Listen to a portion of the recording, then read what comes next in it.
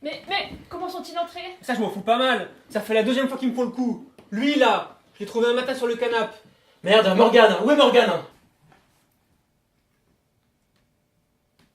On dirait qu'il y a eu un problème. Eh les mecs, vous m'écoutez? Vous dégagez, vous l'appelez les flics. Mais t'énerve pas, c'est peut-être des fous dangereux. Bonjour, est-ce que vous allez bien? Putain, mais comment on va faire sans elle? Pour commencer, sortons d'ici. Nous aviserons ensuite. C'est ça, dégagez. Attends, elle va peut-être arriver. Ils attendent quelqu'un d'autre? Mais j'en sais rien, moi. Je m'en fous. Eh oh, vous m'écoutez là, les visiteurs du soir? S'il vous plaît, arrêtez de crier, c'est déjà assez perturbant comme ça. Perturbant? Ah bah ouais, je veux que c'est perturbant. Ça fait 2 fois que des gus chelous débaroulent dans mon salon sans prévenir. Eh, ça vous dirait que je tape l'incruste pendant que vous êtes en train de brancher une meuf? Bon je vais y aller moi. Non, attends. Et si tu nous faisais plutôt un café au lieu de gueuler?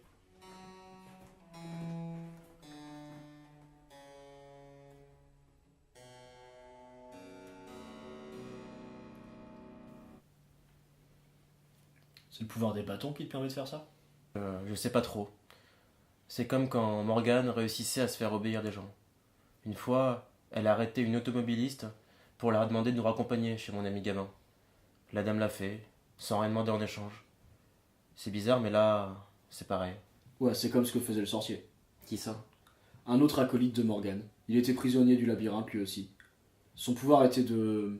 comment dire? D'activer les heures, en récitant des passages du dogme. Ah ouais, le fameux dogme. Tu sais de quoi ça parle, toi? Pas vraiment. Le sorcier a bien tenté de me l'expliquer. Lui en connaissait des passages entiers que lui avait appris Morgane. Il y a un chapitre pour chaque heure, qui est censé expliquer... Expliquez quoi? Expliquer comment fonctionne la magie des oniromanciens. Des gens comme toi, en fait. Ouais, je ne sais pas. Morgane a l'air de penser que j'en suis un.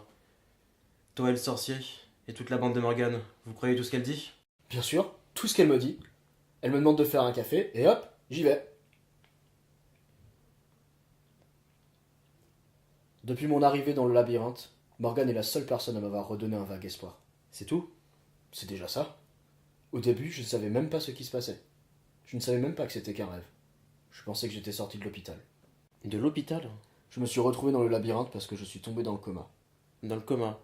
Tu veux dire que ta contrepartie réelle, comme dirait Morgane, se trouve actuellement dans un hosto? Si j'en crois Morgane, elle n'y est plus. Mon corps doit se trouver dans la frontière. Oh merde! Ils m'ont échappé cette fois encore.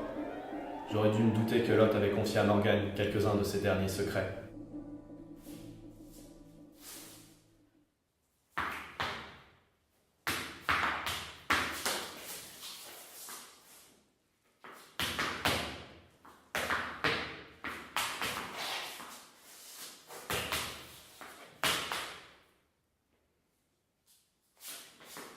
Je sais bien. Leurs corps réels sont à présent ici, à ma merci, comme tu dis. Mais je ne peux pas les détruire.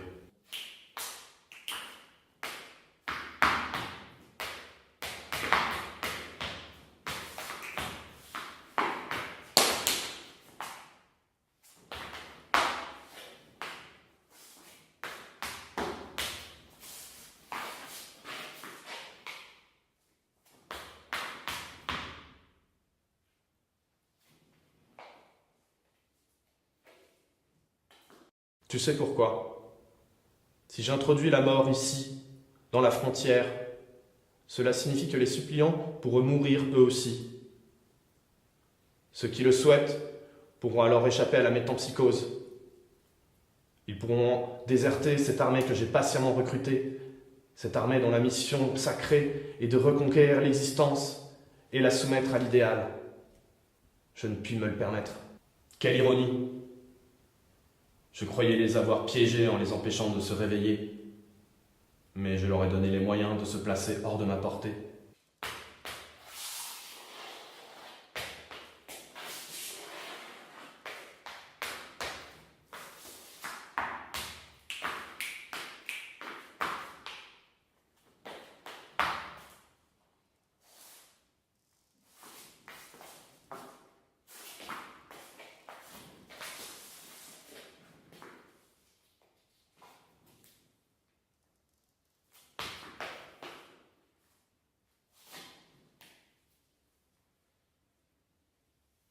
Non, je ne sais pas ce qu'est le renversement des formes.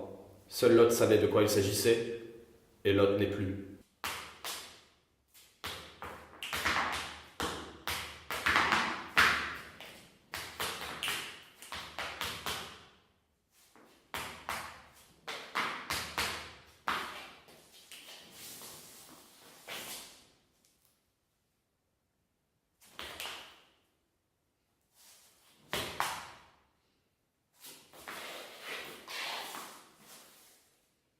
Je ne sais pas non plus.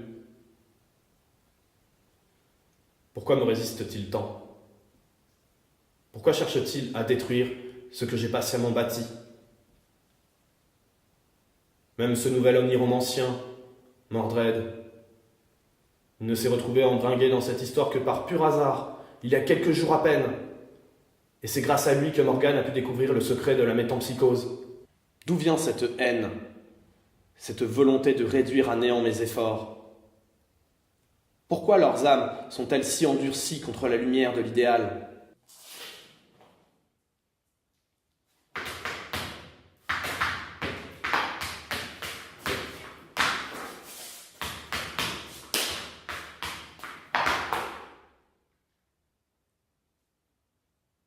Peu importe, tu as raison. Ce qui compte, c'est de les détruire enfin, sans quoi la mauvaise herbe repoussera toujours.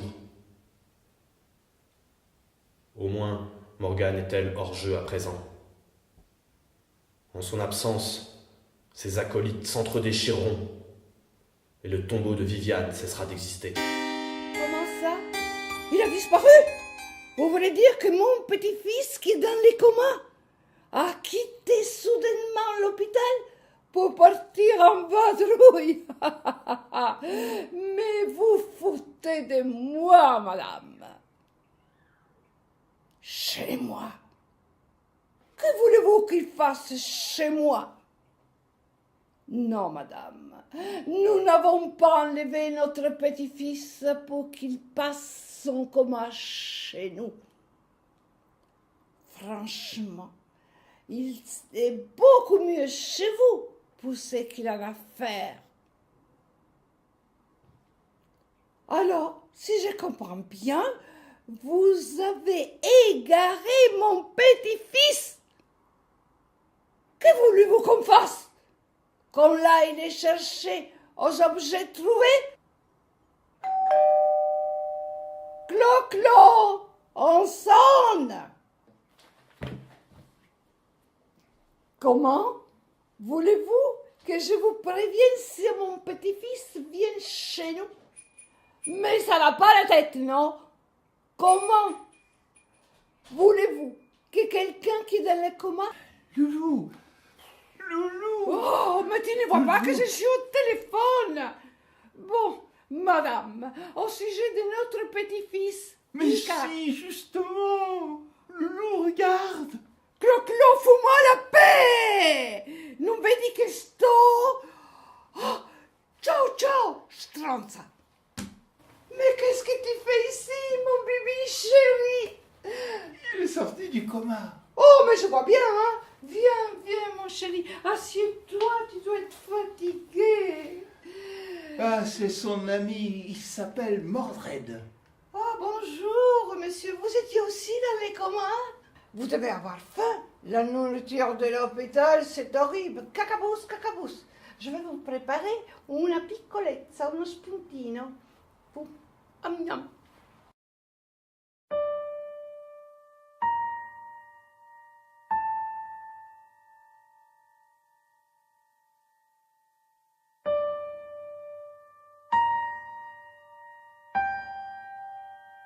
Sorcier? Sorcier? Morgane, c'est toi? On raconte que tu as disparu, que tu es morte. Pas tout à fait. J'existe encore. Mais je ne suis plus qu'une voix. Chrono est venu nous dire qu'ils avaient trouvé les corps de l'alchimiste et du voleur dans la frontière. Mais pas le tien. Oui, le renversement des formes ne s'est pas passé comme prévu pour moi. Je ne me souviens pas que grand-chose se soit passé comme prévu depuis mes premiers rêves. Il faut que tu reviennes. Sans toi, le tombeau de Viviane va tomber. Nous sommes à la merci de l'enchanteur. Sorcier, sais-tu pourquoi j'ai créé le tombeau de Viviane? Pour que nous ayons un havre contre l'enchanteur. Un lieu où les masques ne pourraient pas nous atteindre. Où nous pourrions nous entraider plutôt que de jouer le jeu du labyrinthe. Pour trouver une solution. Pour nous libérer. Mais à sa manière, l'enchanteur aussi vous propose une voie de sortie, une forme de libération. Non, une libération selon ses règles, selon ses termes, n'a rien d'une libération. C'est à nous de... Voilà, c'est à vous. Hein? Le tombeau de Viviane est à vous. Je l'ai créé en hommage à mon ami, que j'ai tué, pour pouvoir comprendre. Mais sans toi... Eh bien quoi sans moi? Nous serons seuls. Désorientés. Seule et désorientée. C'était ce que j'étais au début. Mais j'ai cherché, j'ai bien failli devenir folle. J'ai même tué Viviane, uniquement poussée par mon désir de comprendre. Et maintenant nous sommes tout près d'avoir toutes les clés du mystère. Alors écoute-moi, sorcier, écoute-moi bien. La métempsychose. C'est ça le grand dessein de l'enchanteur. Le sens caché de tout ça. Oui, une seule chose me tracasse encore. Que deviennent les consciences des nouveau-nés qu'il remplace par ses suppliants? Exactement. Et pour le savoir, j'ai besoin de toi, de vous tous. T'arrives à dormir? Je croyais que nous étions des rêves incarnés. Bah quoi, ça t'arrive jamais de dormir pendant tes rêves? Ah bah en tout cas, plus moyen de dormir maintenant. J'ai l'impression d'être défoncé. Comment ça? C'est génial. C'est comme si je voyais les heures du dogme partout. Par exemple, tu vois, je me suis transpercé la main. Et ensuite, j'ai utilisé les pouvoirs de l'heure du sang pour me soigner. Et regarde, pas une trace, pas une égratignure. C'est génial, non? Oui, si on veut, mais... Attends, je vais le refaire. Tu vas halluciner. Non, pas la peine. Et grâce au pouvoir de l'heure des larmes, j'ai réussi à contrôler ma douleur pour ne pas avoir mal en le faisant. Attends, tu as utilisé simultanément les larmes et le sang. Ben oui, pourquoi? Normalement, il n'y a que les oniromanciens qui en soient capables. Dans le labyrinthe, il y a des heures pour... ne serait-ce que pour soigner les plaies. C'est pour ça qu'on parle d'heures. Et moi, c'est n'importe quelle heure, à toute heure. Méfie-toi, c'est une illusion. Le dogme n'appartient qu'au monde des rêves. Morgane et les oniromanciens comme toi peuvent l'utiliser sous une forme affaiblie dans le monde réel. Mais si tu peux utiliser le pouvoir des heures aussi facilement en ce moment, c'est sûrement à cause du renversement des formes. Mais ça marche pourtant. Je veux dire, je peux contrôler le réel. Tout ce que je dis, c'est de pas trop y croire. Tôt ou tard, la réalité reprend ses droits. Attends, tu vas voir. Venez voir, s'il vous plaît. Non, finalement, non, allez-y. Revenez.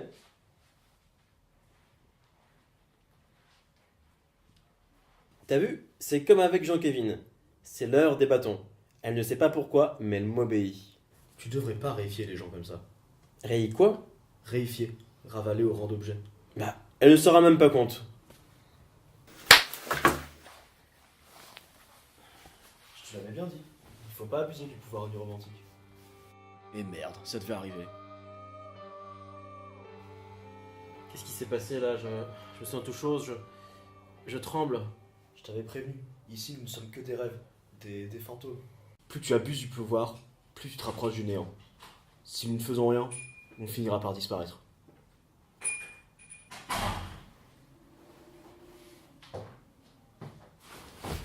Oh putain. Messieurs, bonsoir. J'ai une proposition à vous faire.